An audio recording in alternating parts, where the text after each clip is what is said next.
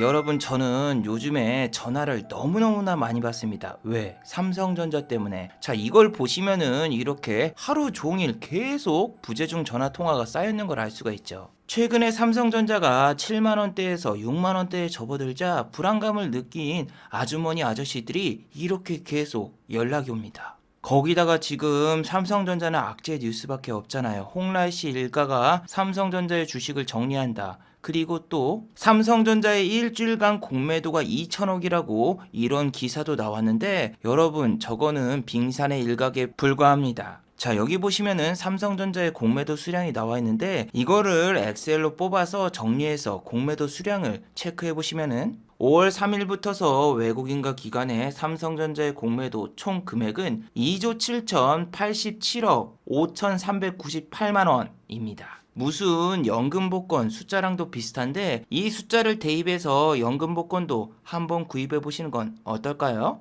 자, 이거는 오늘 유머 사이트에 올라온 삼성전자 관련 글이죠. 자, 대형 증권사들의 애널리스트들이 삼성전자가 9만 원이었을 때는 이렇게 삼성전자 10만 원 간다, 무조건 사야 된다, 이렇게 이야기를 했고, 어떤 분은 삼성전자가 연말에 13만 원을 간다고 했고, 삼성전자가 8만 원대로 밀렸을 때는 줍줍의 기회라고 했고, 어떤 분은 또 이 부근에서 저가 매수로 접근해야 된다, 이런 식의 여러 가지 레포트가 나왔지만 여러분들이 어떤 증시 전문가의 말을 들었어도 삼성전자는 계속 내렸기 때문에 수익이 나신 분이 단 한 분도 없죠. 자, 그리고 아까 알려드린 아주머니 아저씨들이 왜 삼성전자를 저렇게 고점에서 매수했냐 제가 한번 물어보니까 이분들은 삼성전자를 8만원대, 9만원대에 물려 계신 분들인데 분명히 여기 물렸을 때는 삼성전자를 10년 이상 장기 투자를 한다, 뭐 삼성전자는 길게 본다, 이렇게 이야기를 하신 분들인데 이분들이 말한 장기 투자는 본인들이 주식에 물려서 장기 투자를 하는 게 아니라 주식의 수익이 조금씩 불어나면서 계속 수익이 쌓아가는 그런 장기 투자를 하려고 꿈을 꿨었는데 계속 주식이 하루도 빠짐없이 계속 내리기만 한다. 이거 어떡하냐? 이런 식으로 저한테 물어봅니다. 그래서 이분들에게 물어봤어요. 삼성전자 도대체 왜 샀냐? 전문가들이 연말에 10만원 넘어간다고 말을 했으니까 삼성전자를 지금이라도 사야 되겠다고 해서 사셨대요. 그러니까 연초에는 9만원이어도 연말엔 무조건 10만원을 넘길 거다. 그러니까 나는 욕심이 별로 없다. 9만원에서 10만원까지만 넘어가도 충분하다. 이런 식으로 생각하고 묻어뒀다가 지금 피를 본 거죠. 그리고 참 신기하게도 여러분 삼성전자를 가지고 계신 분들은 정말 놀랍게도 하이닉스도 같이 사셨습니다.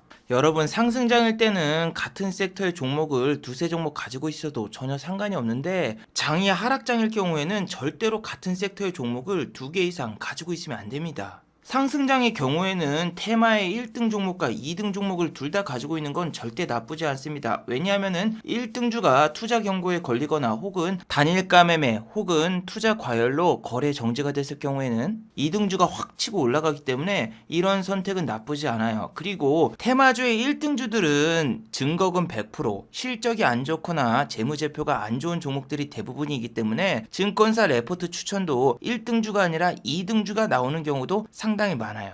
그리고 하락장일 때 같은 섹터를 가지고 있다면 어떻게 될까요? 1등 종목 같은 경우에는 보통 하락폭이 그렇게 크지 않으나 2등주 같은 경우에는 더 많이 빠져요. SK 하이닉스가 삼성전자보다 하락폭이 큰 것처럼 2등주는 하락폭이 더 큽니다. 그리고 같은 섹터의 종목들이 2개가 다 빠지면서 분산 투자의 의미가 완전히 퇴색됩니다. 그리고 악재가 뜰 경우에는 두 종목 다 골로 갑니다. 한 예로 화이자의 경구용 치료제와 머크샤의 경구용 치료제 개발 소식 때문에 당시에 잘 나가던 국산 치료제 관련주가 그냥 박살이 났죠. 국전약품 같은 경우에도 이렇게 주가가 반토막이 아닌 반토막 이상 훨씬 더 내려갔으며 같은 날 한시 도원결의를 한 것처럼 치료제 관련주 한국 BNC 역시 이렇게 주가가 반토막이 아닌 7분의 1토막이 났습니다. 그래서 장에 맞춰가면서 분산 투자를 하셔야 되고 어차피 분산 투자를 해도 두 종목 다 혹은 전체 종목이 내려가면은 내 투자금이 줄어드는 거는 똑같습니다. 개인 투자자분들이 계획한 분산 투자는 이거였죠. 5종목 기준으로 수익 중인 종목이 3개가 있어요. 그리고 2종목이 횡보를 합니다. 이럴 경우에는 3종목이 위로 치고 올라가면서 고점을 형성해주고 나중에 3종목이 횡보를 할 때 두 종목이 올라가면서 내 수익이 극대화되는 거를 꿈꾸고 계시는 분들이 많은데 현실은 본인이 가진 네 종목은 다 내리고 딱 한 종목만 오릅니다. 그리고 그나마 오르고 있는 한 종목도 익절을 빨리 합니다. 왜?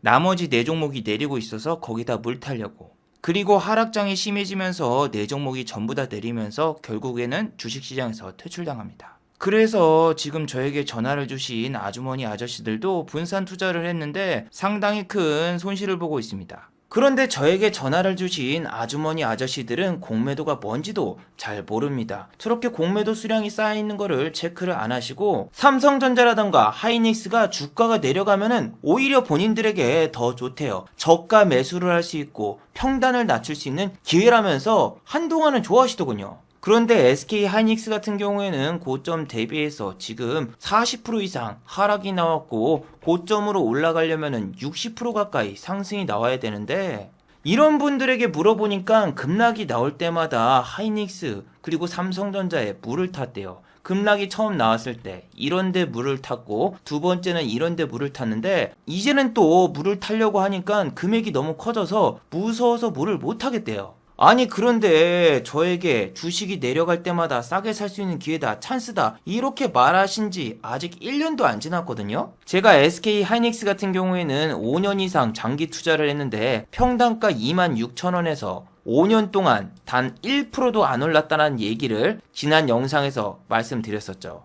주식이 여러분 얼마나 허무하고 무서운데요. 내가 하이닉스를 이런 데서 잡아가지고 장기 투자를 해서 이런 데서 어느 정도 팔았다가 또 내려올 때 다시 추매하고 평단가 높아져가지고 내려왔는데 설마 내가 처음에 매수했던 26,000원까지 다시 내려올 거라는 생각은 전혀 해본 적이 없거든요. 5만원에서 26,000원까지 내려온다라는 거는 마이너스 50% 이상 주가가 빠진다라는 건데 아니 주가가 50%까지 올라가는 데는 걸린 시간이 4년이고 다시 주가가 내려가는 데는 4개월밖에 걸리질 않았어요. 그런데 아주머니 아저씨들이 이런 말을 하더군요. 삼성전자라던가 SK 하이닉스가 하락할 거는 예상을 했는데 생각보다 너무 빨리 빠진다. 그런데 여러분 삼성전자가 지금 여기서 여기까지 빠졌다고 해도 30%밖에 안 빠졌잖아요. NC소프트는 고점에서 여기까지 50% 이상이 하락 중이잖아요.